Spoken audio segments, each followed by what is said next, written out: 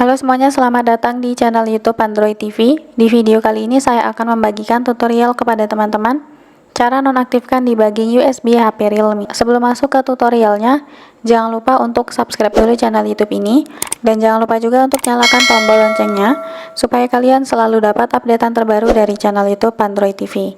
Oke, kalau gitu langsung saja kita masuk ke tutorialnya.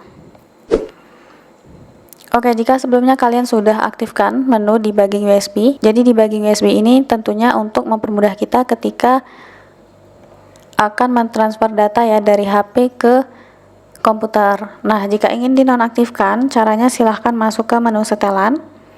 Lalu setelah itu kita masuk di menu sistem. Kita pilih opsi developer. Kita scroll ke bawah.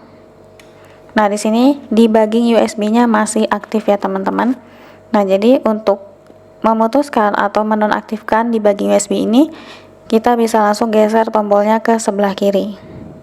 Nah, maka dengan begitu debugging USB-nya langsung otomatis nonaktif, teman-teman. Seperti itu. Jadi caranya cukup mudah untuk teman-teman praktekkan. Sekian dulu tutorial di video kali ini. Semoga tutorial yang saya bagikan bermanfaat dan selamat mencoba.